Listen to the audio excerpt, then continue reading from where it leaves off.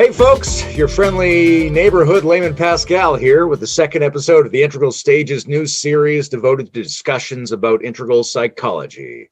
What distinguishes it? What does it encompass? Where did it come from? Where is it going? And what other approaches are analogous to it? Our guest today joined us on the author series to discuss his book on trauma, The Monster's Journey, and he's back to get more general and more in-depth about integrative therapy. It's my old boss from the construction site, Mark the Forman. Hey, Mark. Hi, Layman. Pleasure. I apologize. Pleasure to be here. Total pleasure. So the book Integral Psychology is debatably my favorite Wilbur book. Mm-hmm. And I really like understanding the early moves he was making around spectrum of consciousness in terms of trying to put the schools of therapy together. There's only been a couple of guys who've tried to make that move. What's your first and general take on what integral psychology is? What makes it different than anything else? I would say Ken really is, I believe, the most insightful theorist of what we in Integral would call the left-hand quadrants. And he's got some gifts in the lower left for describing the nature of changing cultures. But I would say his gifts in the upper left are maybe his greatest strengths.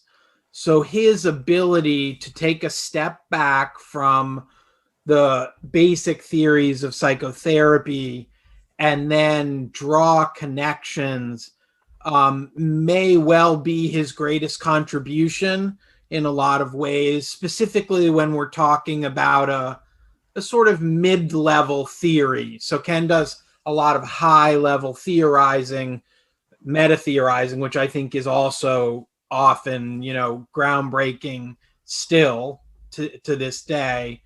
But he does also venture into a more mid-level theorizing where he looks at a field and sort of said, okay, here's some of the constituent camps of this field. How can they relate to one another? And I think the work that he did in integral psychology and maybe even more in transformations of consciousness, which was sort of the earlier work in which he most tackled with high specificity the therapeutic schools and how they relate. I just think there's nothing parallel, there's nothing equivalent in the field that I have read. This is not to say that there aren't a lot of intuitively integral people in the field of psychology and psychotherapy who have come up with very cool models of integrative patterns. In psychotherapy, we might call it common factors approaches. So what do all therapeutic sessions have in common to one another? What patterns can we see? So there's been a lot of good work on that level, but none on the level of truly meta-theorizing the specific approaches to psychotherapy and to psychology and to meditation and different types of meditation even. And, if there is a genius on the horizon who will, take it to another level, I'm waiting for that person.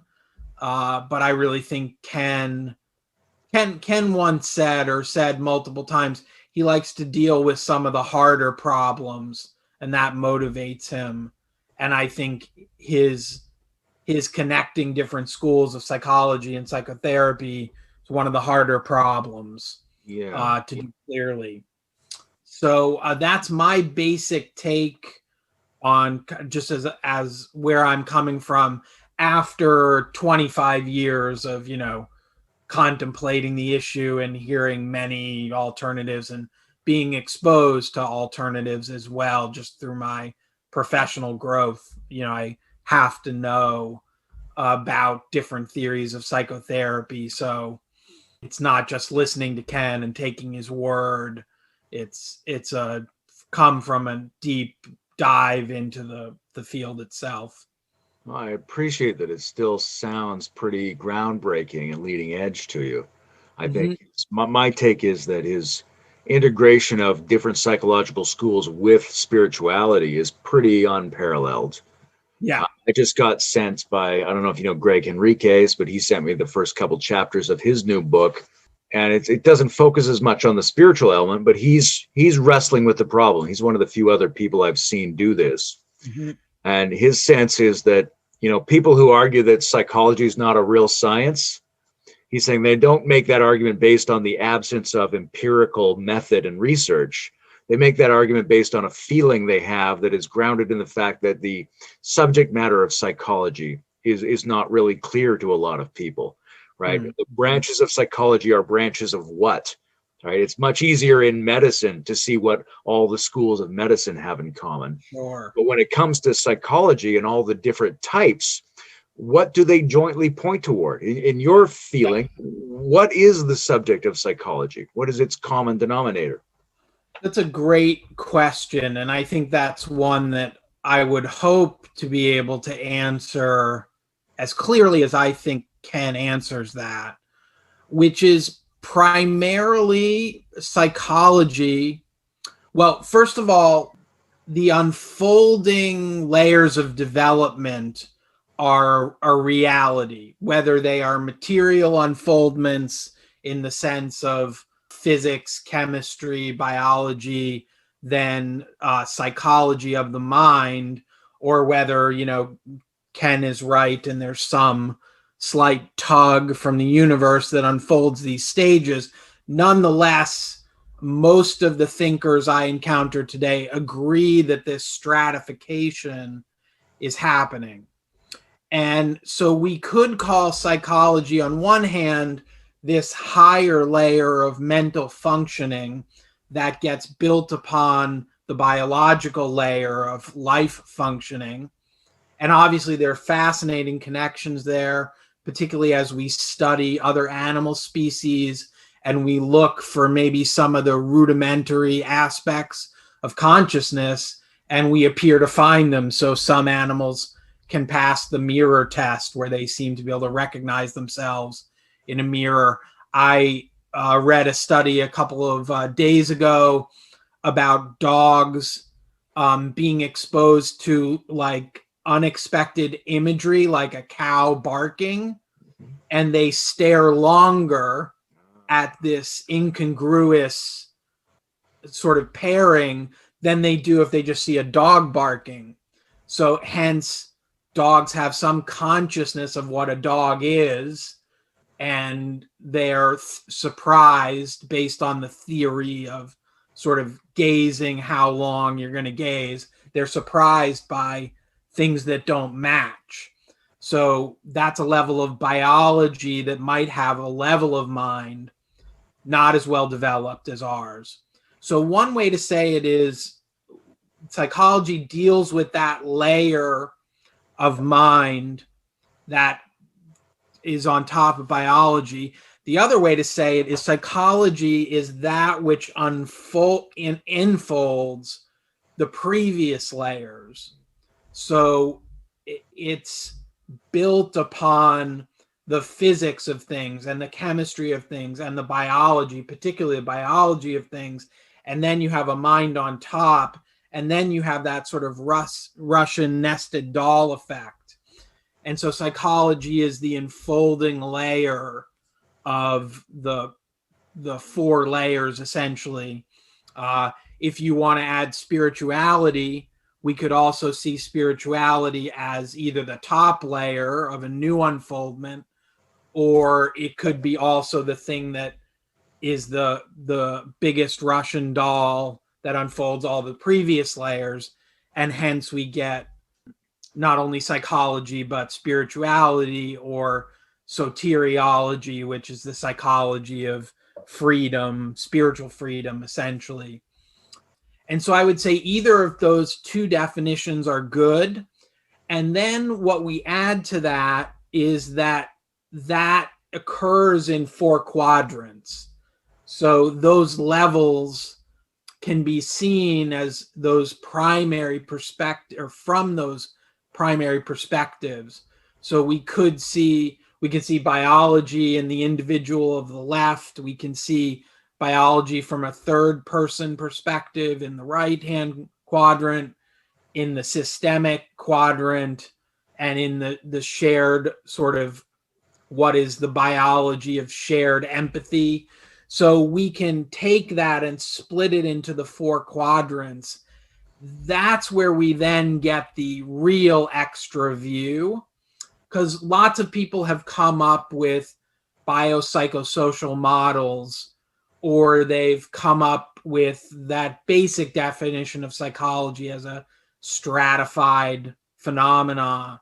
But then when you spread it to the 4 quadrants and take those perspectives, then you're getting a much broader view of what psychology is. And that turns over into therapy, which is to say that the 4 quadrants has deep implications for what psychotherapy is or could be or should be, which is a method of healing, or helping, which is open to those 4 perspectives and at any level at which they show up. Yeah, it's an interesting relationship there between psychology and psychotherapy, between trying to appraise it all and the tendency of it to turn into a kind of healing. Yeah. I'm curious, you said you've been at this for 20 years and you still feel like the Wilberian model is pretty leading edge. What got you interested in it originally? How did you come to this? Yeah, so I was probably I was 16, and I fell into a relationship that was very tumultuous in terms of kind of breaking up and making up. And that seemed to kick off a depressive process for me that was fairly intense. So I think I think the gun was loaded and this pulled the trigger. And so during my 17th, 18th, 19th years, I was really struggling with depression. And probably the first thing I was willing to do was a very intensive martial arts practice, very strict, very physical, very challenging. And then the second thing I was willing to do was a meditation practice. My mother had gotten into it and she brought me to one program. And even though it was not easy at all for me to sit, in quiet, I had a couple of experiences which made me feel that this was somehow essential, the meditative practice specifically. And then shortly after that, I did enter therapy. So I was resistant to therapy. I was resistant to medications for depression. I can't say why. I think it was really stubbornness, to be honest. But I was dabbling in these things and trying to turn what I would call sort of like a proto-integral life practice of trying to bring things together. And because of that, I was wondering about some of the questions you might wonder about. Like, there's a guy at my college who stands outside the cafeteria with a placard, basically saying you are going to hell and repent, as a Christian, trying to, do some missionary work at the school. And at the same time, I was learning about people like the Dalai Lama, who was also saying in different language, there's something called nirvana or, an equivalent. And what do these two people have to do with one another? They seem so different. And yet some of the concepts that they are using are so similar. So what's the relationship between the two? And I just wondered at the problem for a couple of years. As I got more into meditation, I started reading more. I saw a yoga journal article on Ken Wilber. I think I might have skimmed through it and thought it was okay. And then at some point in 1995, where I was close to 20, walked into a bookstore and saw Ken's book, Sex, Ecology, Spirituality, big shiny paper, big shiny hardcover at that point, because it had just come out, and it was a hip little bookstore. I read the beginning of it and thought it was really good, and then sort of took the dive over the next 2 weeks, read the whole thing. It was still to this day a peak experience, at least in my intellectual life. And I left the book feeling like, wow, this is really useful, but I don't know how. These categorizations and these distinctions, he doesn't do a ton of psychotherapy in that book, but he does present, the basic developmental outlines, and you can pick up the gist of that, even though sex, ecology, spirituality is covering so many other issues as well. But I felt like this was practical, but I don't know how. And of course, I was 20 at the time, so not a lot of life experience. But that book was actually the final motivator to get me into therapy, because he clearly drew out that meditation wasn't enough, and that they were addressing different things, meditation traditions and the psychotherapeutic traditions. And so I then went into Jungian therapy for 2 years in a fairly strict fashion. Once a week, I didn't miss, hardly at all.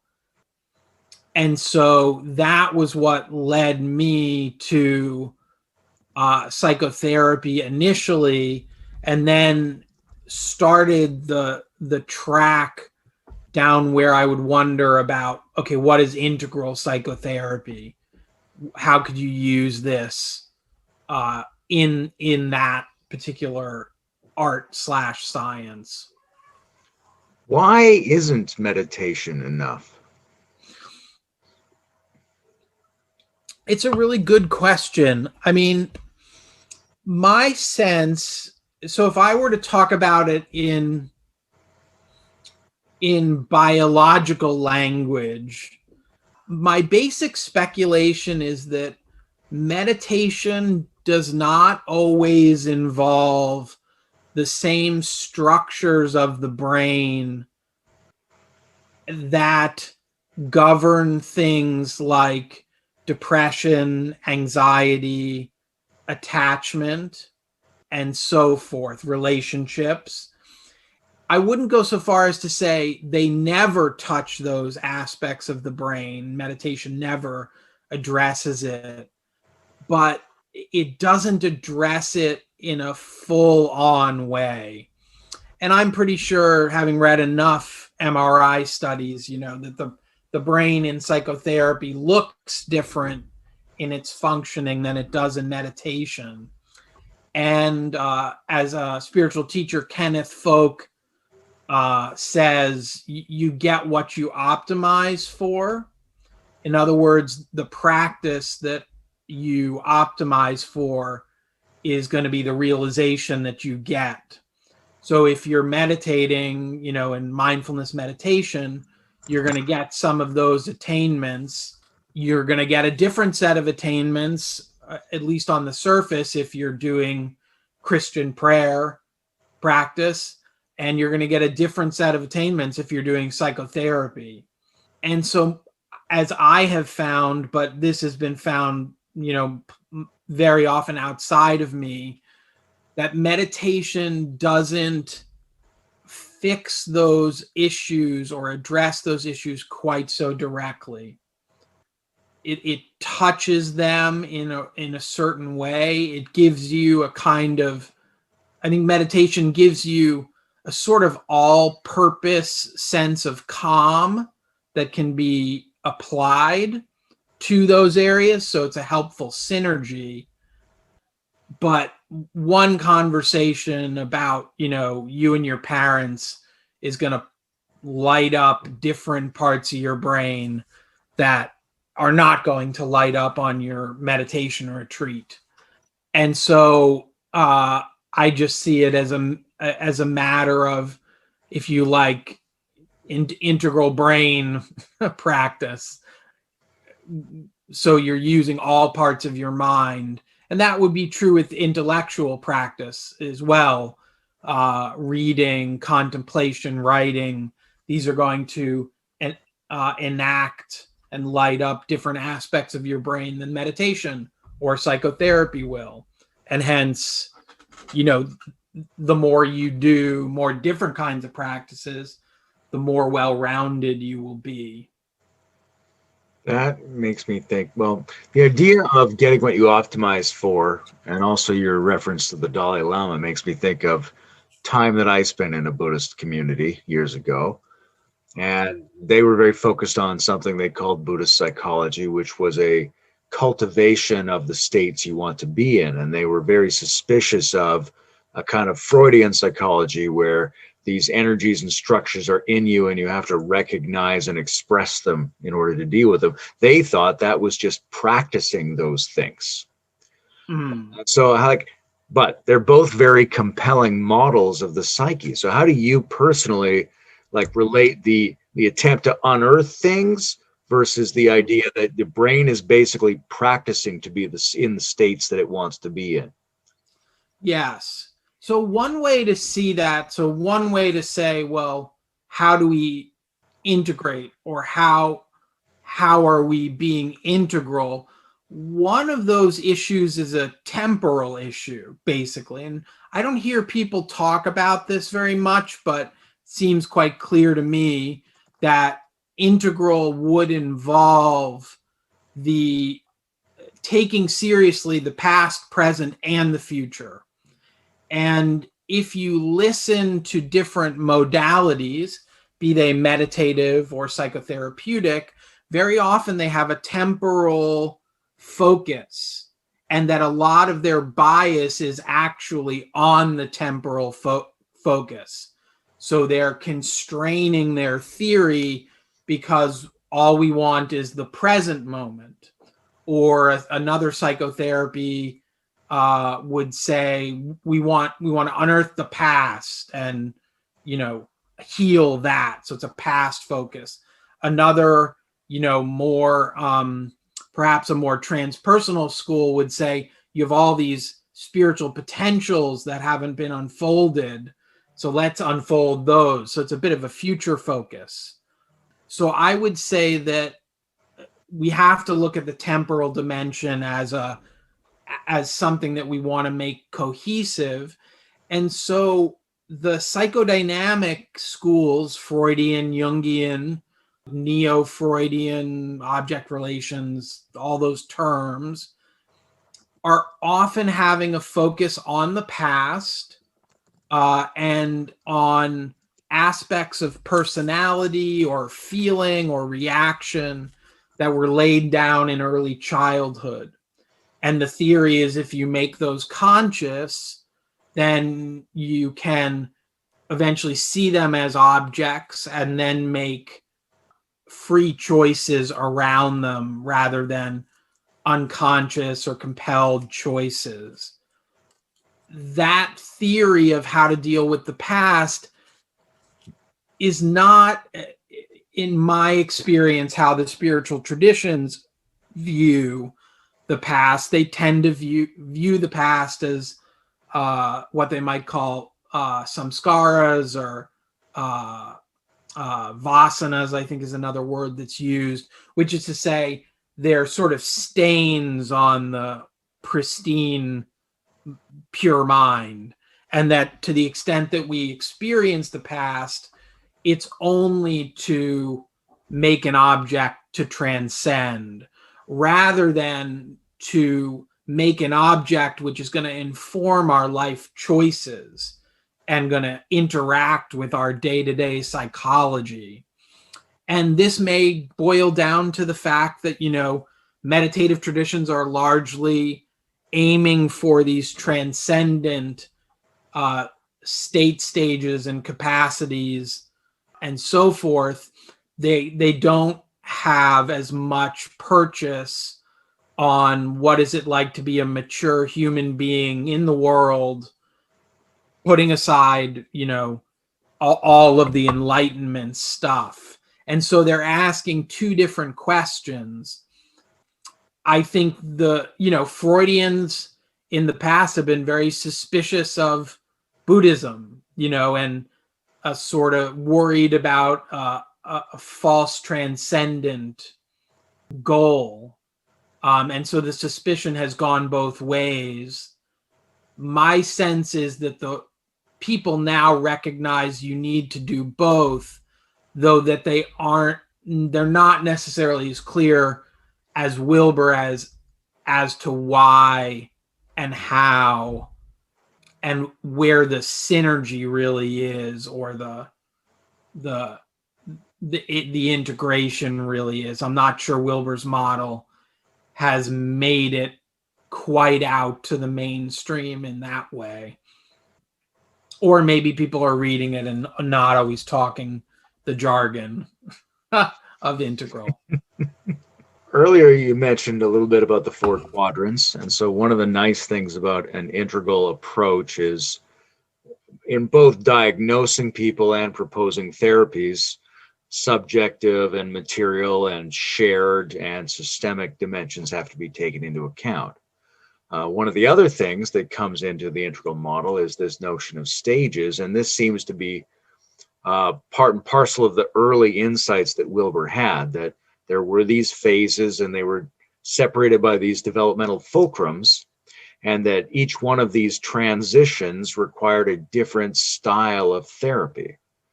So what's your sense now about what those basic phases are, looking at your experience and all the psychological literature, and also what's your sense of how those developmental transitions occur? What's the nature of a fulcrum?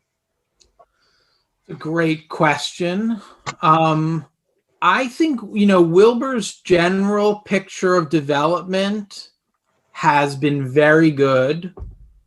I think certain developmentalists, like a Robert Keegan or a Suzanne Cook-Greuter or a Terry O'Fallon, have a little more granularity in how they present. I've even heard Ken say, well, what can you do with like an 11-stage model? It's too many stages. But I would say if you're a psychotherapist, it's not too many stages. Your job is to be trying to make fine distinctions and trying to match what you do with the client with where they are. Now, there's some disagreement in integral circles. I know Andre Marquise, who's an integral psychotherapist of the first generation and a friend. He doesn't feel that stages are quite so important. Think states are more important. It's a very interesting dialogue to have there, I think, and he has quite a lot of good to offer. I would say that I think of stages, and I use this analogy in my book, as like an actual stage on which a performer performs. So if we could imagine a very small coffee shop with just a tiny stage, maybe you're going to get a guy with a guitar up there. And that's about the complexity of what that stage is going to hold. Now, if we sort of imagine more and more complex stages all the way up to maybe like a Broadway stage, which has like an orchestra pit and has all kinds of lightings and levers and maybe even like drop chutes where people can come up. The complexity of the performance that you can place on that stage is much higher. And the tricky part is getting people to see the stage, because what they naturally do is they naturally focus on the performer. So we focus there. That's where the bright lights are. But if we're really thinking like a director of a production, we are recognizing that that performer, those performers are set in a stage which allows for certain levels of complexity in the makeup or organization of the performance. So when someone comes and talks about depression, sometimes the consciousness they have around this depression is very simple. They feel down. They do not know why. They're not sure why this started. They're not sure what makes it end. They have trouble reflecting on the past and drawing a narrative. And so that would be the same performance, depression, but on a different level of simple stage. As people come in and they mature more, now they've have a depression, but they're more aware of the thoughts that go with it. The depression has more of a history that they can tie together. Maybe they're can make connections to subtle aspects of the past that might influence their depression. They can start to imagine different futures, even if they're stuck. And so that would be like a middle level of complexity in terms of stage. And the dialogue in the therapy room is very different between that person and the first person. We have more to offer. The concepts are more well laid out. There's often more behavioral steps they can even take because they have a little more agency in their choice making. And then you might get somebody who is even that much more complicated. They've had a spiritual practice. They've been in long relationships. They've, lived a lot of life. And yet they're still undergoing periodic depressions. Often their reasons are more existential, and they know to a certain extent what works for them. They have that experience, but maybe there are these subtle elements that they're missing, but it's not obvious. You can't just read them the playbook of dealing with depression because they'll go, I've tried that. I've done that. I know that works. And so you really have to settle in your psychotherapist seat and listen very, very closely for what might make minor tweaks. So I'd say basically a fulcrum is a level of psychological complexity, and each fulcrum introduces more and newer levels. It's not the only thing that's important to know in therapy by a long shot. There's many skills you need to have, but having that sense of a person's complexity, it just allows you to sit back in your chair and not be very surprised, I guess I would say, in the sense that probably you're not going to hear too many ideas that make you sit back and go, whoa, this person knows way more than I thought they did. You're gonna be able to sit there and while not predicting every little nook and cranny, the basic structure of the person is going to be familiar, particularly if it's a stage you've passed through as a therapist. Then you're going to recognize those notes. And the more relaxed you can be in therapy, the better. So the more you know that settles you in your chair, the better. So knowing stages and having expectations that are reliable settles you in your seat, lets you pick up things you might miss otherwise.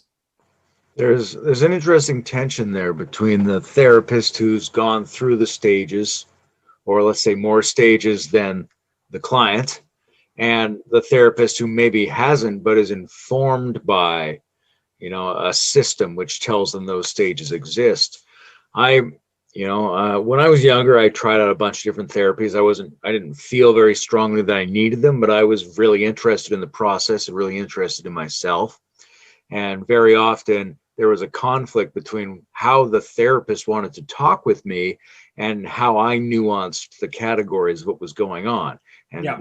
Sometimes it might have been my reluctance, and sometimes it might have been their inability to nuance the topics the way I was nuancing them. Yeah. Yeah. Right. So I always would wonder if some of them were just like really useful for making some basic change in me, or if there was a dimension of it that I was never going to get to unless that therapist was at or above where I was. Yeah. So this is a really interesting topic. A lot depends on the therapist's ability to tune into, as they say, where you are at. So I, in my, I guess, late 20s, entered into couples therapy and tried out a new therapist. And the therapist was sort of a Buddhist non-dualist. And I was describing the problems in the relationship. And she was saying, well, these are only problems in your mind. So if you just recognize that they're just mental problems, you're free of them. So she basically did a pointing out exercise. And I had been in the traditions enough where I was like, no, let me stop you. I really have some relationship issues that I want to talk about. And she sort of doubled down on the pointing out way.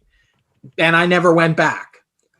And it's not to say that she hadn't been through the stage. She was probably stages ahead of me for sure. So, but she had trouble downshifting and recognizing what I was telling her were my points of distress at, a more typical developmental level, basically. And so to have this developmental empathy and to be able to work within that is a skill set, on one hand, that one needs to cultivate if you're going to be a broadband psychotherapist, meaning you're going to take on a wide range of clients as opposed to just clients who are Vedanta students and are working with that sort of one trick, I guess I would say. There's some discussion, maybe it's good to have a therapist who is very similar to your maybe one stage up from you, because they're going to be kind of into the things that you're getting into. So you have more of a bit of a gritty peer-to-peer, we're both figuring this out therapeutic relationship. And there may be something to that at certain points in life. And for certain clients, the developmental resonance of being closer in stage may be important. There's something to that. But there's also something to just your memory, your emotional memory of what something was like, and the ability to source that. And then the ability to be at peace with that could be that. This is the person is working on a developmental stage that you passed through 20 years ago, but this is for them the cutting edge. So get the right expectation set. And this was Keegan's point, one of his best points that he ever made. He referenced this famous set of therapeutic sessions which were on tape, and it was Albert Ellis, who's a rational emotive therapist, so basically doing CBT, cognitive behavioral therapy, and it was Fritz Perls doing Gestalt, and it was Carl Rogers doing his humanistic reflective listening, person-centered psychotherapy. And Keegan said what all these people have in common is they're pushing this woman who was in all three videos past her developmental capacity. In Keegan's terms, she was third order, roughly amber orange, and they wanted her to be full orange, bright orange. And they therefore missed her stage of mind in the quest to get her to what they wanted. And that was a very influential part of Keegan's book, In Over Our Heads, and made a big impression on me when I went and watched the videos, because it was like, here are these three extremely talented, groundbreaking therapists who are not making contact really with this woman where she is. They're pulling her towards something they want. I call that spacewalking. Like, you're going to spacewalk someone out of their atmosphere, and you can only do it for a little bit. You can't, the therapy can't be all spacewalking, because that's not where the person is. You have to get with them and try to find the right stage. And so that was a big influence, and it informs still how I think about how I want to show up in the room, which is in tune with where the person is as much as possible. I'm hearing the tension between states and development in a lot of your answers. And I think that's a really interesting place for us to go. I have a couple of questions, and maybe one is around, whether psychotherapy applies in multiple states of consciousness. And then the other one is sort of about what we might call peak experiences. Right? Where in the Nietzschean and Maslowian sense, a peak experience is evidence that you are psychologically healthy, but it's not exactly clear whether or not peak experiences cause you to become psychologically healthy. Yes. So I think there are two parts to that. So Andre would say, and I agree, that a lot of psychotherapy is how do we deal with states. So we take something like depression and we break it into its state components. When is it happening? When is it worst? When is it the least bothersome?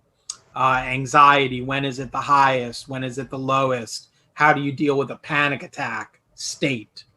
So there's a whole bunch of discussion of states in psychotherapy. I'd say the person's stage informs something about how they relate to that state. But a lot of what we do is also state work and tricks to try to change, tricks or tools to try to change states. So, for example, if someone is having a panic attack, it would be nice if they could just go into their thoughts and break these panic thoughts up and evaluate them. But the state is so intense that typically that's not going to work. So the first thing I say to people with panic attacks is, okay, we got to get your body to do something different, whether that's go exercise, whether that's take a 45-minute shower, whether that's have something warm to eat. Some people can sit and meditate during those intense states, and it helps. If that helps, great. But we need to get something physical or very engaging in there to bring the tone of the body down, so the state isn't so the anxious feelings not so overwhelming. Then once the body state begins to calm, then we can start to move into cognitive tools, which might be, is this actually a crisis, or am I just nervous about public speaking? All of the anxious situations you could imagine. Am I actually in danger, or did I just see a guy who remotely looked like the guy who robbed me? That kind of thing. So we do deal in states a lot in that way, in a very basic way. And most people can use some tools to work with states, and you want to work with people to find that. In terms of peak experiences, that's another kind of state. but it's not necessarily something in psychotherapy you work on. I think psychotherapy is a little better for integration, and integration in kind of an old-fashioned way, which is to talk about the experience.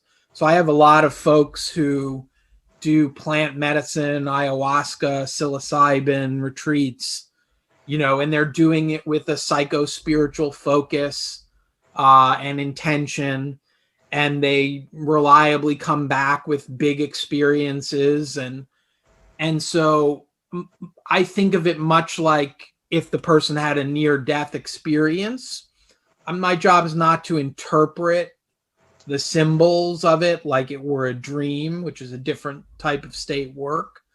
My job is to say, tell me what happened, and allow the person to unfold their own meaning of the peak state. And then I might ask a question: how would you carry this forward in your life? How would you honor the state in your going forward to have that? And that may be that they want to take up a meditation practice, or there's a ritual that they want to do because the state had something to do with a past loved one, whatever the case may be. I do think peak experiences become very important for development in the longer term.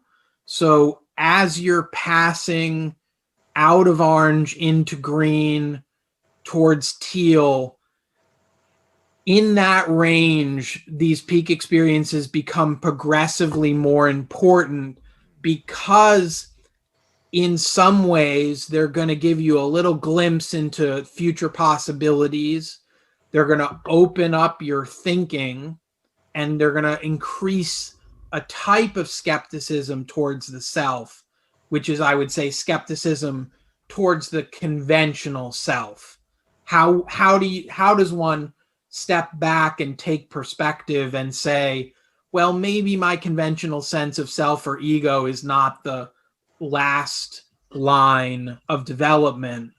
It's usually some peak experience that allows you to glimpse love or compassion or another dimension, that people experience, that gets them in a healthy way skeptical of consensus reality that is delivered through socialization, which is necessary on the way up, but once you have it ingrained, it is not something you need to just keep repeating. So I like to see my clients do state-inducing work, not always psychedelics, of course, but meditation retreats, psychotherapeutic retreats, where there's more of an intensive focus. So you can have a psychotherapeutic breakthrough in a 5-day course that you're not going to get from an hour a week, just because of the intensity and the repetitiveness of diving again and again into your kind of core self. So, and I think this is part of what integral and / transpersonal theories have to offer to psychotherapy, one of the most important things. And so it's always an aspect of my work, if a person brings it in, and eventually if I have a person long enough and they're still struggling, I will then say, okay, I think you need to do some meditation. You need to do something that's going to shake up the system a little bit. And for a lot of people, it's extremely helpful. Of course, small group of people, you always have to watch after a recommendation, what's happening. Some people will have a negative experience of meditation, and then you got to think, are there other forms, moving meditation, other things, jogging, gardening, that quiet the mind but don't exacerbate underlying symptoms, which can sometimes happen. The notion of a conventional experience of the self has both a personal developmental significance, but also an adaptation to society significance. Yeah. Right? That's, I mean, it's a very famous thing. Freud and Wilhelm Reich sort of argued on this, where Freud thought you were healthy if you were adapted to your society, and Reich thought the society itself was fucked up. Right. Yeah. This comes up in Jordan Peterson, where Jordan Peterson suggests that there's a level of conventional adaptation that is superior to how you initially feel. And a lot of people push back and say, yeah, but the thing you're adapting to is totally fucked up and needs to be changed. Mhm. Yep. What's your take on the relation between conventional and sanity as adaptation to the existing structure, or as something independent that has to challenge the existing structure? It's one of the most complicated questions, because let's look on the sort of, let's imagine a more fast-tracked or deeper developmental process. On one hand, you're gaining capacity for joy, appreciation, awareness of self, and often other. Your capacity for intimacy becomes higher. Your capacity for solitude increases. Your appreciation of beauty, wonder, all these things, they're not happening 100% of the time, but as you grow, there's all these dignities, we could say, as Wilbur might say, of the developmental path. And it's tough to say to somebody, yeah, maybe you don't want that. Like, I think it's a little disingenuous if you're a lifetime traveler to say, like, no, you could skip that trip. It's not so great.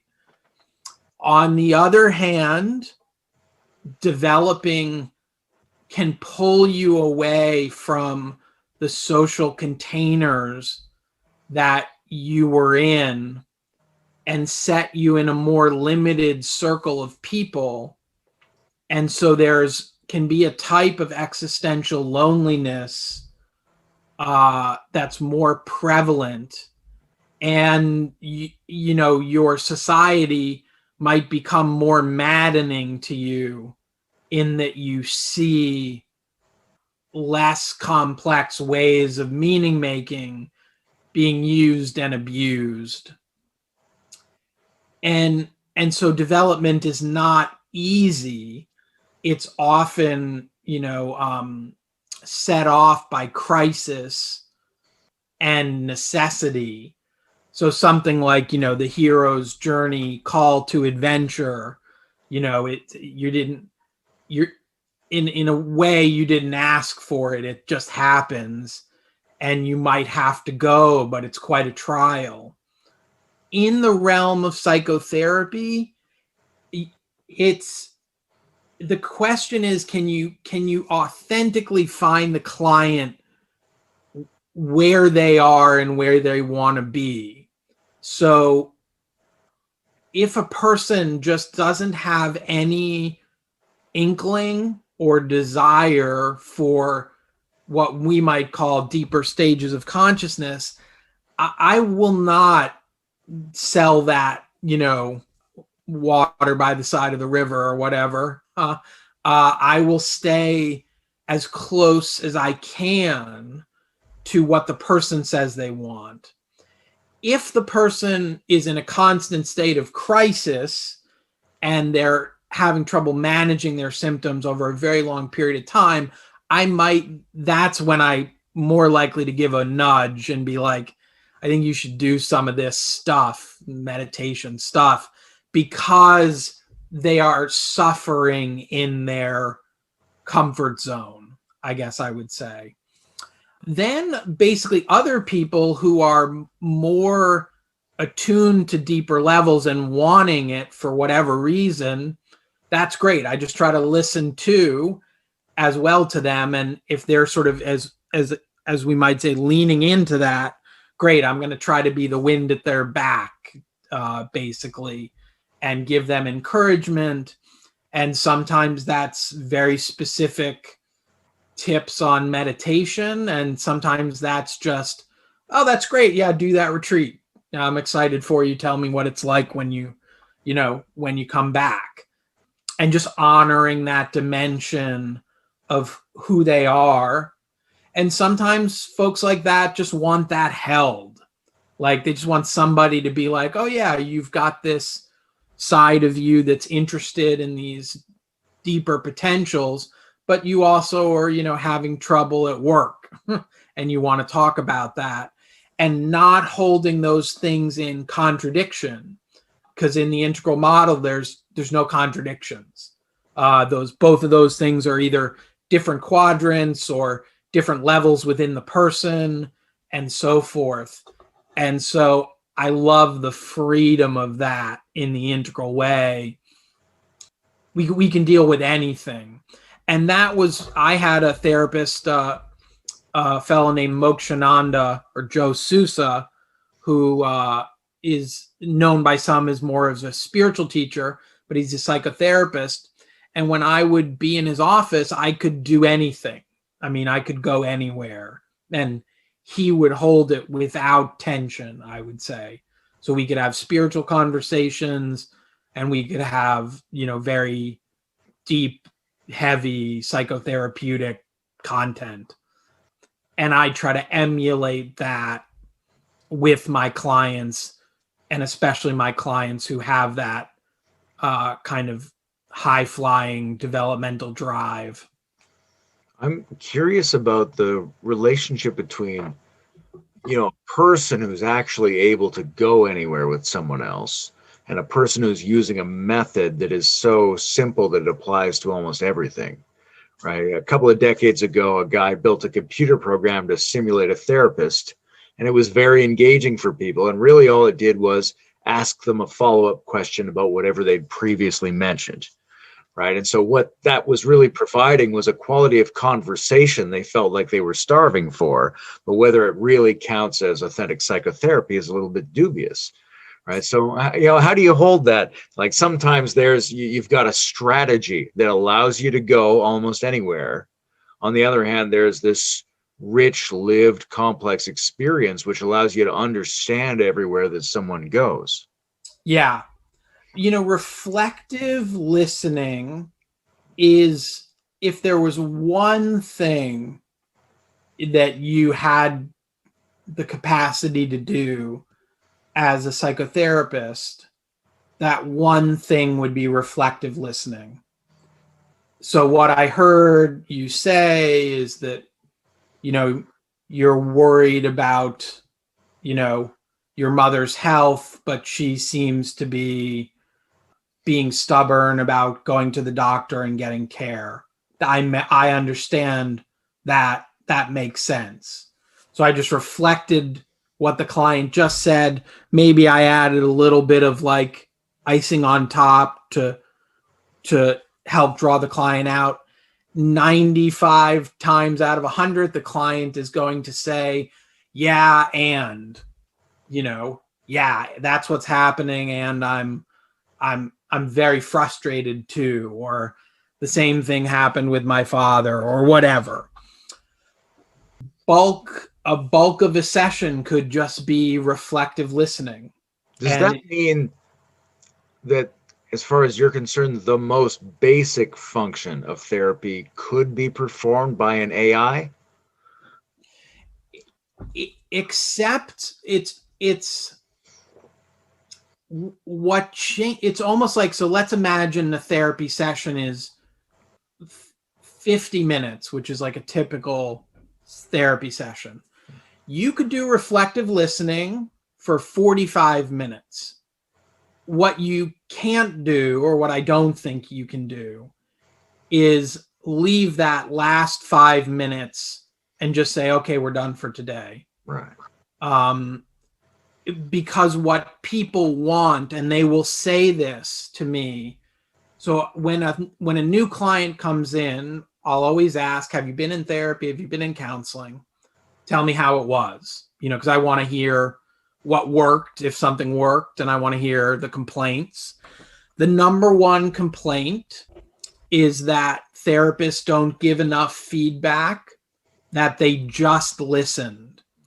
And that's really about that last 5 minutes at least, which is to say, at that point, you stop the person and you say, okay, so here's what I think is going on, or based on what you're telling me. And now I'm going to elaborate meaning in a way that is very unique to you as a person based on what you're telling me. And as I see that, that is the hook of being in a good therapeutic relationship. It's not always the amount of feedback. It's just that there is a person on the other side who's going to step their energy into the room a little bit and engage in a particular way, as opposed to holding back and just holding this spacious questioning. If they could get AI that after reflective listening would feed back some meaningful, astute commentary, we might be out of a job. And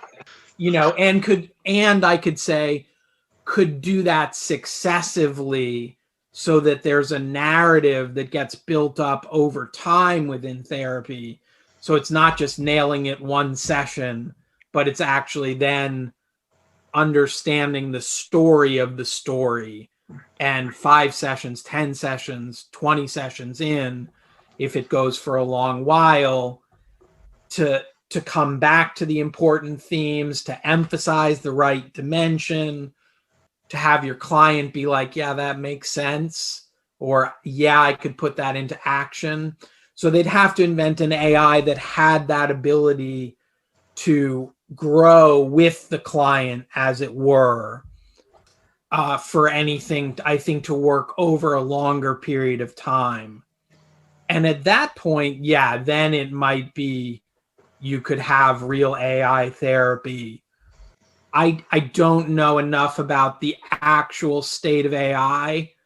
Some people, I've heard people just scoff at that we basically only have sort of a very dumb AI, meaning if you teach it the parameters, it'll win chess, but it can't quite deal with open problems like, my mother is sick and I don't know what to do. But, if they were to get the promised AI that could do the Turing test and truly imitate human consciousness, then it's, anything is possible. But it's okay to have tricks. It's okay to have hacks. It's okay to, use those tools. You don't have to reinvent the wheel. A lot of learning to be a therapist is borrowing and stealing techniques from people you see who are your therapists or are just doing demonstrations. And, I think much like borrowing a meditation technique, you get it wherever you can get it. And that's part of the integral way is, no boundaries. Just don't fake that you just don't take credit for inventing it. Methodological pirates. Yeah. Yes, exactly. Developmental. You touched on Fritz Perls a little while ago. And for me, his book, Ego, Hunger, and Aggression, was one of the most interesting things I read on psychology. And it's also the book that introduced me to the concept of retrojection, of experiencing my aggression as fear because I've disowned it, for example. And I think that's one of Wilber's central arguments about why meditation is itself insufficient, because the thing you might be establishing a conscious relationship to might not be the thing you think it is, and that might put you further away from it. So what's your take on, like, in a very simple sense, what is shadow? And what is the basic approach to handling shadow? Yeah. So I have only a basic familiarity with Perls and Gestalt. So it hasn't been part of my real study or journey in this, except in the sense that every once in a while I've ended up in a Gestalt exercise because Gestalt exercises have spread, like an empty chair exercise. You might do in somebody else's office, but I wouldn't want to overspeak on anything Pearl's as if I knew. Sure. My contact with Jungianism is quite a bit deeper because I was in Jungian therapy for 2 years with a strict Jungian, and then my reading has been more of Jung, quite a lot of Campbell, as we talked about in the last interview on the Monsters Journey. And so, and a reasonable amount of neo-Freudianism, what they might call relational psychoanalysis. So they all have the concept of an unconscious. In terms of shadow, I do not, and this sets me out of the integral community a little bit. It's one place where I really tend to disagree. I don't love the concept, and I'll tell you why. Because the word shadow has a nefarious connotation, which I think primes people to think that there are these little gremlins running around that they're not conscious of.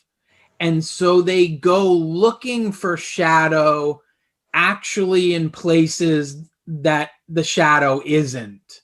So they, I don't know, they like to have one too many drinks sometimes. Okay, my shadow is that, I've got a drinking thing. And really, that's not their problem. If you actually ask them, they're not problem drinking. They like to have a good time. There's nothing about it that's pathological. But the concept of shadow primes you to look for things that I think often people already know. And then they kind of congratulate themselves for working on their shadow. What I think is the better term is the unconscious. So my Jungian therapist never mentioned the word shadow, but would talk about the unconscious.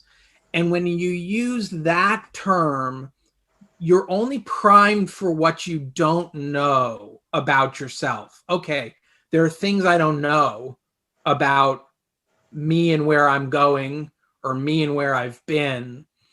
And I have to be open to receiving this information. And of course, it's good to have a method. So, in Jungian therapy, dream analysis is big. And so that was often the way that I became conscious. I'll tell you a dream I had. So I was quite severe with myself as a personality. And my response to being depressed when I was younger was I wanted to become more and more sort of vigilant and rigorous in my application of any tool that I could use. So I was going to meditate. I was going to meditate longer. I was going to meditate harder, all these things to heal myself. And I had this dream that I was on a military plane. And I can't quite remember who was on the plane with me. But essentially the punchline of the dream was that I recognized, shit, I've got to get out of the military. And I jumped out of the plane. And that had two unconscious meanings that I was not aware of. One, I was really in my head and very, very conceptual.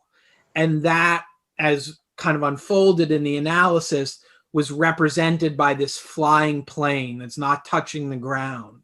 So I was out of my body or out of my emotions and in my concepts. And then there's this part, and I remember the feeling in the dream where I felt free. Finally, it was like, I shouldn't. It was like recognizing that you needed to leave something, and you sort of knew it all along on some level, but the freedom of I'm jumping this plane and I'm getting out of the military corresponded with me consciously starting to be like, Mark, you need to take it easy on yourself. You need to take it easy. This punishing driving thing that you're doing is not going to work for what you want it to. So were those things shadow? Yeah, you could probably call them shadow, but to me, it was like I became much more conscious of myself. And it was all I would say is the fact that I was in my head, I was unconscious of, and the fact the negativity of my driving personality against myself was something that I was really not conscious of, but maybe I was ready to be conscious of it. And so ever since then, I've just held a very wide screen and with clients do the same. Sometimes that discussion of the gremlins in the shadow is okay and it works, but I use it infrequently. I prefer the broader term. And I'm not so sure who that's really, Jung talked about the shadow specifically, but the European Jungians don't have quite as much focus on that. They do tend to use the unconscious more as a cohesive kind of concept, I guess I would say. Could have been folks like Wilbur and the second generation post Jung who did it the most, but I'm not against anybody doing it if they feel that it's useful. I don't like the constraint of it. Right. The concept of the unconscious is very large and very general and contains several styles, right?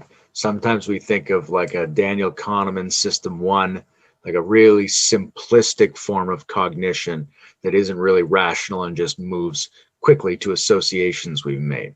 And we think of that as our instinct.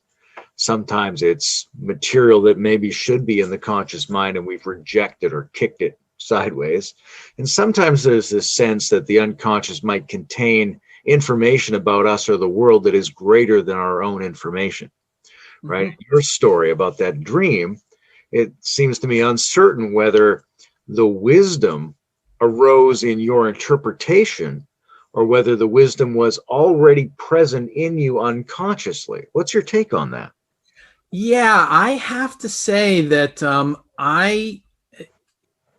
this would be a segue into dream work, which is really like my favorite intervention of all interventions. If I could, reflective listening is the kind of the foundation of everything, and I'm not taking that back.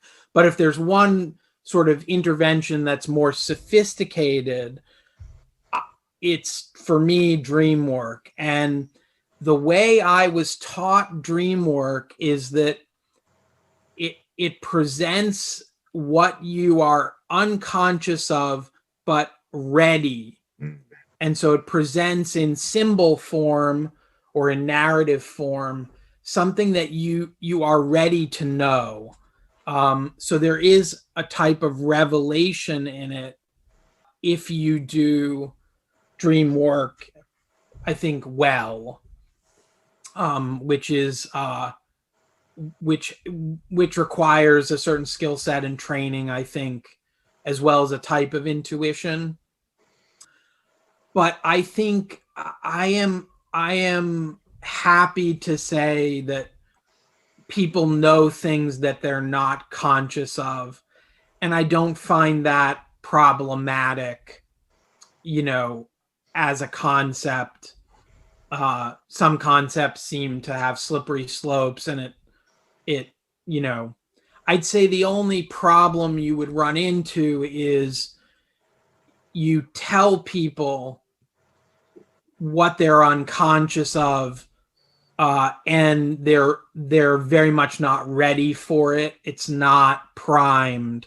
So if you're a good student of human behavior and language, you can sometimes see things people are just can't know about themselves and are not ready to know about themselves.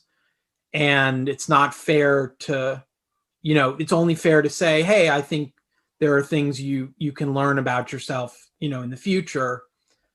But if you drop it on them too early, they're not going to be ready to hear it.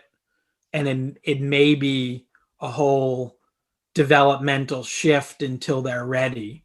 I mean, it's a little bit like, I've heard a million times, you're already awake. You don't need to do anything. You are enlightened, etc., etc.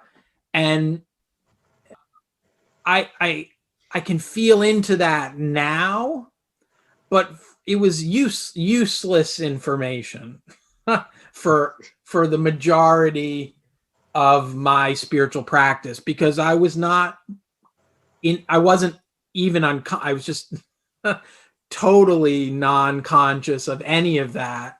And what was useful was something that would get me to the next step. Like if you could give me a technique or a teaching that would cause me to like perk up and go, oh, okay, yeah, I could do that. That was super helpful. But it was like the lady I went to couples therapy with, when I was 20 something, I was not able to look at my mind as an object like that and practice the dissolution of thoughts, or whatever she was asking me to do, and the awareness of awareness. Yeah, I just wasn't capable. So there's, and there's a dance there, how much do you push somebody to their edge? What are the costs? What are the benefits? That is the part of the art of psychotherapy, but it's also part of the art of spiritual teaching or coaching or mentoring. You want to bring people to their edge, but in a way that's sustainable and is not going to be too disruptive to, the stability of their psyche as it is now. This brings me toward a question about multiple intelligences, because Wilbur makes an interesting argument about how the cognitive line leads the other lines, right? That we have these different modules or trajectories or aspects of ourselves, but they're all fundamentally based around our ability to recognize what exists. That you can't have an emotion or a moral response or an aesthetic response to something if you can't register its existence. Although that registering isn't the same as conscious intellectual observation. A lot of it is subconscious, like we were saying. There may be most of our ability to recognize and work with things may well be unconscious. But nonetheless, that generalized intelligence opens the way for a whole bunch of different stylistic modules of intelligence. And when you're doing therapy, what is that like, right? Do you feel like you have to do therapy for a different, like a collection of selves that are at different stages of development, or are they somehow always integrated, into a general personality? Or how do you treat sub-selves? That's my question. Yeah. I have a lot of respect for the concept of parts or sub-personalities. I've had some very good experiences that have been useful sort of on the couch as a therapist client. I do not feel that is my strong suit. I think personally I'm stronger if I deal with a cohesive personality model. And so I have the same feeling about somatic work. I've had some really great somatic work done to me. I don't think I have any particular gift for it at all as a therapist. I don't have the intuition that some people have about the body and then how to do a somatic process. So I kind of do a type of relational psychotherapy that is based on more of where the main parts of the ego are. I will name parts for people sometimes, particularly like a younger child part, as opposed to a wise adult part, and try to foster a little bit of connection in that way. But I kind of stay in my lane at this point because I've really come to realize that there are so many interesting ways to work with people that you should give the world your best your best shot, and let people branch out, which is, if someone comes to therapy with me and they want to go do somatic experiencing or something very somatic and different than talk therapy, like, great, tell me how it is, bring it back in and we'll talk about it, or whatever they want to do, rather than trying to make myself into the all-purpose version, which I just don't think I think it's realistic, to be honest. As Keith Witt, integral psychotherapist par excellence, says, we have a natural healing style that we probably grow up with, and then as therapists learn to hone, and integral is a great playground to sort of place your natural healing style and then become integrally informed about it. But, to lesser and greater degrees, we're non-unitary. We have inner conflict. Freud said it, and it's still, it captures so much inner conflict just as a concept. And so if we just draw that out a little bit, yeah, there are different voices in us that are having an argument, and very often, we can't settle that argument, and we need to grow to a place where we can mediate that argument, or dissolve it or resolve it, a couple different concepts in the self. But, I know Jordan Gruber, who's in the integral community, James Fadiman just released a book on multiple selves. So, yeah, I'm supportive of it. And I'm a fan of Roberto Assagioli, who was really the godfather of subpersonalities. I think he was quite ahead of his time. He's really, really the first integral psychotherapist I think of as Assagioli.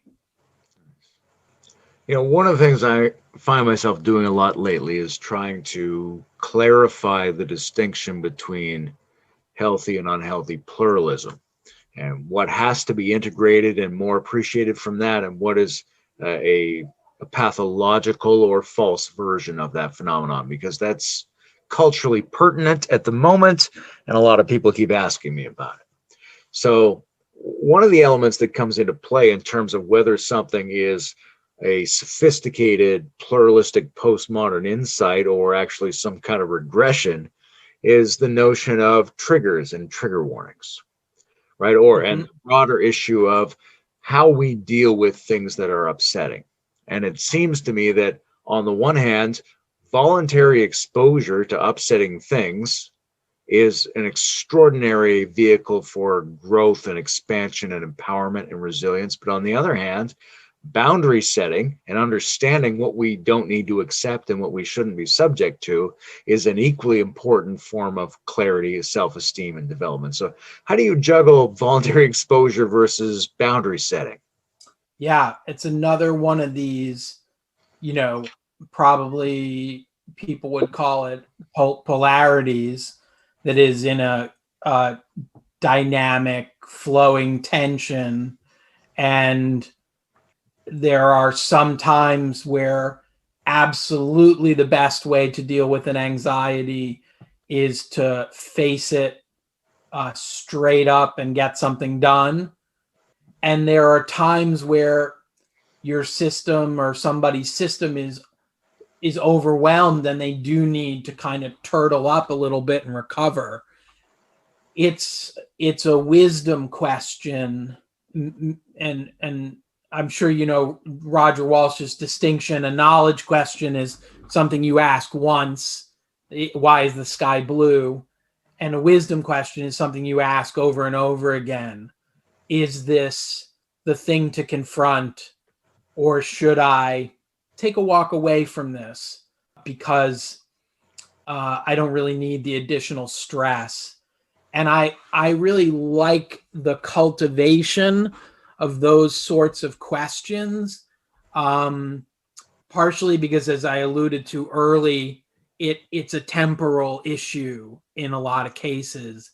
The when is the answer, rather than the what. In the end, you do both. The question is, can you have the wisdom or cultivate the wisdom to know when each of those is appropriate? I mean, as a generalizable statement, there's no doubt that there's a lot of unhealthy oversensitivity within the culture and an overuse of the word trauma without really having a clear set of antecedents for what is truly traumatizing. I mean, I've never said to somebody like in my office, well, actually I have said to people in so many ways, I wouldn't use the word trauma. I would say that was upsetting to you, you know, because trauma has a different connotation. And, you know, I hear those stories and, you know, they blow your hair back sometimes. It's so intense what people go through. So I would say, you know, if the culture is leaning in the wrong direction, it should lean back towards confront your fears, challenge your comfort zone, you know, get out of your comfort zone, you know, and grow that way. Because I think we're over tilted towards, you know, safety and softness, et cetera, and we need that dynamic balance. And I think that's why a guy like Jordan Peterson, you know, is so resonant with the times, because his basic therapeutic disposition is, you know, deal with your life head on, take on responsibility, you know, don't shirk, kind of like Arjuna, don't throw your bow down at the ground, pick it up and do your duty. And, you know, of course that's partial, but it's that voice has gone missing from the culture for a while. And so I think he raises it and rightly deserves a lot of credit. You know, that's where I'm the biggest fan of his work, is in his sort of practical psychology. I think is quite needed at the moment, and as a counterbalance to green, I'll say it that way, to too much green or unchecked green. The notion of counterbalancing society, or society tipping too far in one direction and needing to come back, it's a really interesting question, because like I do a lot of thinking around what are healthy social structures and social habits, and you know, at different kinds of levels. But what's your take on whether it's valid at all to psychologically diagnose a society? Yeah, I have been everywhere and contradicted myself on this question. You know, sometimes it seems to make sense. At other times, it's too simplistic. Then at other times, I just think it's probably not my best skill set. And sometimes when other people do it, I'm really appreciative that they do. But I think it's because they have a better grasp. You know, we have some natural things that we lean to, and I'm very lower left focused if we're talking about a couple or a family. I can really feel into those sorts of bonds. But once it gets to a big group, it's harder to track. And I know there are people who do it wonderfully. They can track 15 people all at once and sense where the room needs to go. And I do think it's good to have writers talk about the zeitgeist of the times in a psychological sense. It's always, though, going to be too general for the individual in a lot of cases. So any generalization, including this generalization, is going to leave out some details. People would say, for example, there are, the young kids today aren't challenged enough, or, they're not resilient enough, or they're narcissistic, etc. I've got young clients who are not at all narcissistic. They've got plenty of challenge, and, they don't fit that larger diagnosis. And if I tried to apply it, I would miss the person, for the trend. But, speaking at a larger level, we got to have some kind of discourse. And I appreciate the pundits who are able to do that with some even-handedness. Somebody like a John McWhorter, somebody like a Andrew Sullivan, I feel like talks about the culture, and I find myself nodding my head because I think they've got their hand on the pulse of important things. Jung did that in a lot of ways. He could speak to that wider lower left thing. I think Peterson does it okay, but yeah, it's not an easy thing to do, for sure. And I appreciated you talking about a kind of the humility of specialization, where the therapist clarifies their own healing style and is able to work on providing that, and doesn't necessarily have those same instincts in every other possible area of therapy. But I do want to ask something about the material aspect of therapy, because there's some question about whether we focus too much on seemingly psychological phenomenon and not enough on exercise, diet, sleep, taking a brain scan of an individual to see what's going on in that organ, or, getting out and doing their Wim Hof exercises in the snow or whatever it is. There's a whole set of material phenomenon that might have been undervalued by a lot of the psychological schools. And how do you weigh the internal external thing? Well, I think this is definitely one place where Integral has a ton to say, and I really always hit those notes with folks. I always talk about exercise, talk about a diet is a little tricky because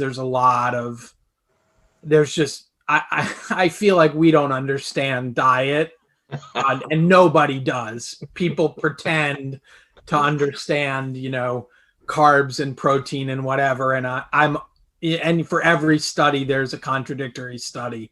So, other than like, if you're anxious, watch your caffeine intake, something like that, more, or, watch your alcohol intake, substances, those kinds of things.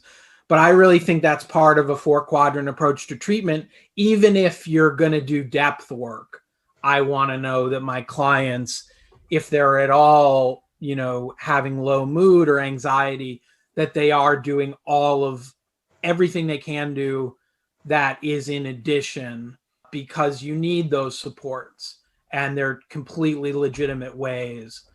So I do a lot of therapeutic encouragement around that. In terms of the balance of what people need, I don't think, I just think any extreme we take is going to get us in trouble. so some people will, say that psychiatry is far over sort of medicalized, even though they're a medical profession, but they don't do therapy anymore. They do psychopharmacology, and that's true. And also, they're the ones who do psychopharmacology, and it's helpful for a lot of people. And also, for other people, it's not helpful, or it can be damaging. And so, ideally, if people are good listeners, they will apply their trade in a way that is judicious and responsive. So if someone tells me they're not getting anything out of therapy, they've come to sessions and tried some angles and it's not really helping them, I don't tell them you just need to do more. I'll say, okay, maybe it's not, working. Someone once asked Jung, how effective he was with his clients. And he said, I think I cured 1/3. I think I helped the second third. And I think with the third, I didn't do anything helpful at all. And I don't know what my actual base rate is, but that has always resonated with me. Some portion are really affected by psychotherapy in a very powerful way. Some people get just a piece out of that's valuable, but not earth-shattering. And some people it sort of washes off and doesn't seem to have a big effect. Part of the art is trying to maximize the first two groups and recognize the third group, because either it's not therapy they need or you're not the right therapist to have them have that effect. And so I like to make that judgment earlier and more often when I see it. But I think, just the concept that we go to all 4 quadrants. We do exercise, we talk about work, we talk about family and relationships, every quadrant, trying to identify the hot spots, as Elliot Ingersoll calls them. That's a constant process of assessing until we get to all the important issues. And I think, that's not different from biopsychosocial, but it's more organized, because I have this little square in my head and you just never miss, because the each square has a couple of key inquiries. And if you have that little map in your mind, you just go and you don't miss things. Hence my love for the 4 quadrant model. It's super convenient. super convenient. We're coming to the end, I think, but I want to ask one more question about where it can go from here. What does integral psychology need? What is it currently not including enough? What does it maybe overemphasize? What is it not good enough at helping with? What's the next step? I think my sense is that the culture is getting more and more astute, or at least aware of the transpersonal aspect of the integral model. And Ken is really the best transpersonal therapist or theorist, as well as the best integral theorist. So he kind of does both things. And, what did the transpersonalists focus on? They focus on altered states. They focus on psychedelics. They focus on meditation and contemplative prayer. And those are basically the biggies. And then, probably rituals, etc., and shamanistic stuff that I don't think has totally made it out, except for the psychedelic plant medicine aspect. But the mainstream has come and they're starting to gobble that all up. in the recognition of altered states, in the research and recognition of psychedelics, and the research and recognition of meditation. So something like an integral understanding of states and stages, or the Wilbur-Combs lattice, etc., is ripe for the taking. And I could see that being an aspect of the model that is the most ready for people to get the gist of. I think the stages part is harder material, little more tricky, because we don't want to say somebody's at an earlier stage. It's, it's got a judgmental side to it that can, be misused really easily. And yet it clarifies so much. I don't know when that will come online. My sense is it's still, this is all mostly an educational challenge, which is to say, people are not being educated well today in all kinds of ways. I mean, we're not educating people well, even on a binary of like conservative and liberal, within the university system. So how in God's name are we going to get to an integral? Because we can't even teach people, like, the curriculum is entirely postmodern, more or less. So that sets up a very difficult problem, because people have to come to integral on their own. They're not even presented with the conundrums that might push them up to a both and. And I think the best thing that we can do is keep talking about it.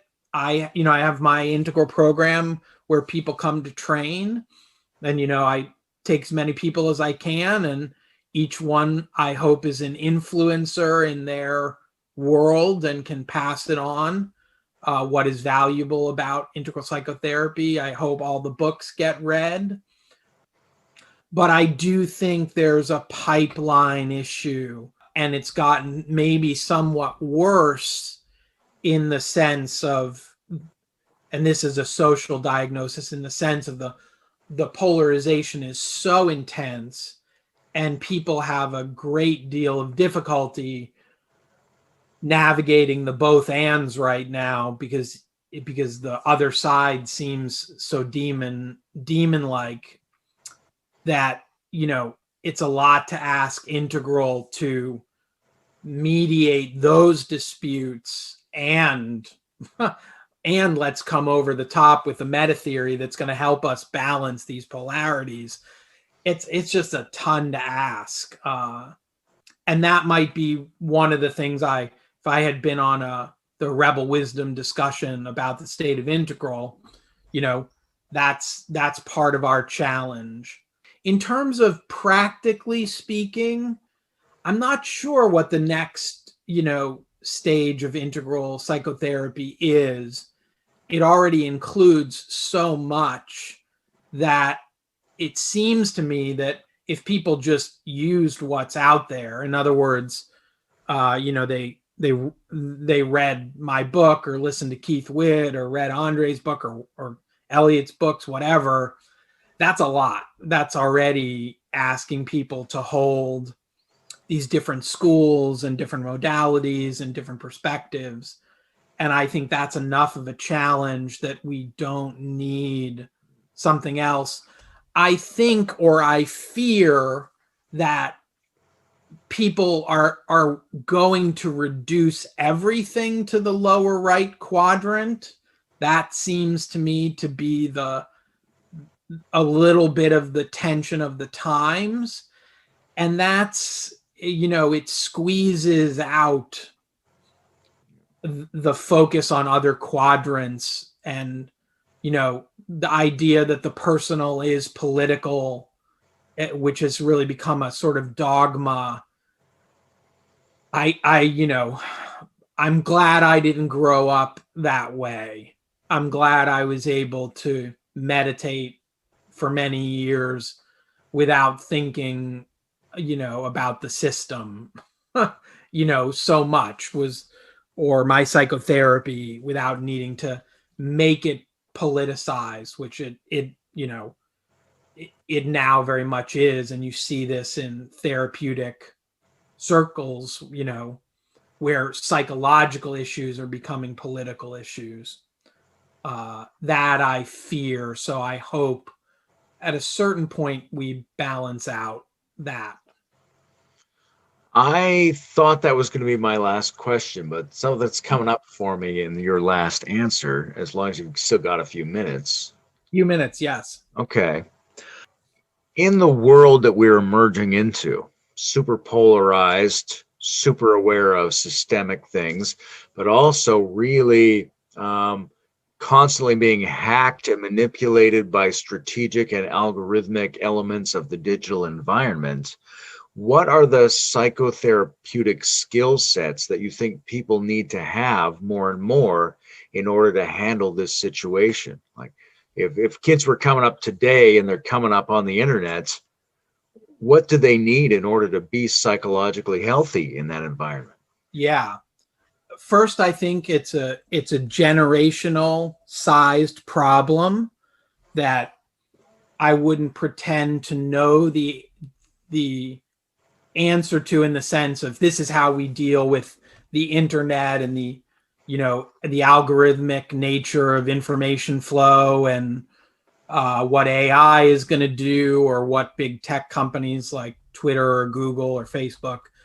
Boy, what I would say is, to the extent that you can cultivate sincere self-knowledge, that will act as a ballast against some of this being pulled down either material or ideological rabbit holes. So if you know yourself, what it is that you want, what it is that you may need, what it is that you care about, want to devote yourselves to, then you're going to have at least some centeredness that's going to keep you from going down cultish rabbit holes. And so in a funny way, something like therapy becomes more valuable because it stops and focuses on just the person and tries to clarify and get sincere. And I think, that's Wilber's definition of the truth claim of the upper left, is sincerity. And I think that is, just that line does a lot of work. It's so true. We can find something like authenticity, something like sincerity in us. And, we're people. We don't change all that much in a core personality sense. So if you can clarify your authenticity, it's likely to hold you in good stead for a long time. So I think, I guess I would say, if you're very confused about what your life is supposed to be, what you want it to be, what people are telling you it should be, etc., therapy is a thing you want to explore along with other self-focused modalities, so that you can get some more clarity on yourself, and you can therefore have a clearer path forward for yourself. Terrific. Thank you, Mark. I always have a nice time talking with you, and I'm always super impressed that you can provide answers to the kind of odd questions I like to ask. I always enjoy your interviewing. Sometimes I feel a little guilty and feel like I should be interviewing you on the many things that you are expert on that I am not. But it was a total pleasure. Look forward to doing it again, perhaps sometime down the road. Look forward to your contributions. Excited, like I said, for the Rebel Wisdom to hear you and Bruce be the what was I, the focus and the speakers, as opposed to the very gracious way that you do the interviews. So back at you.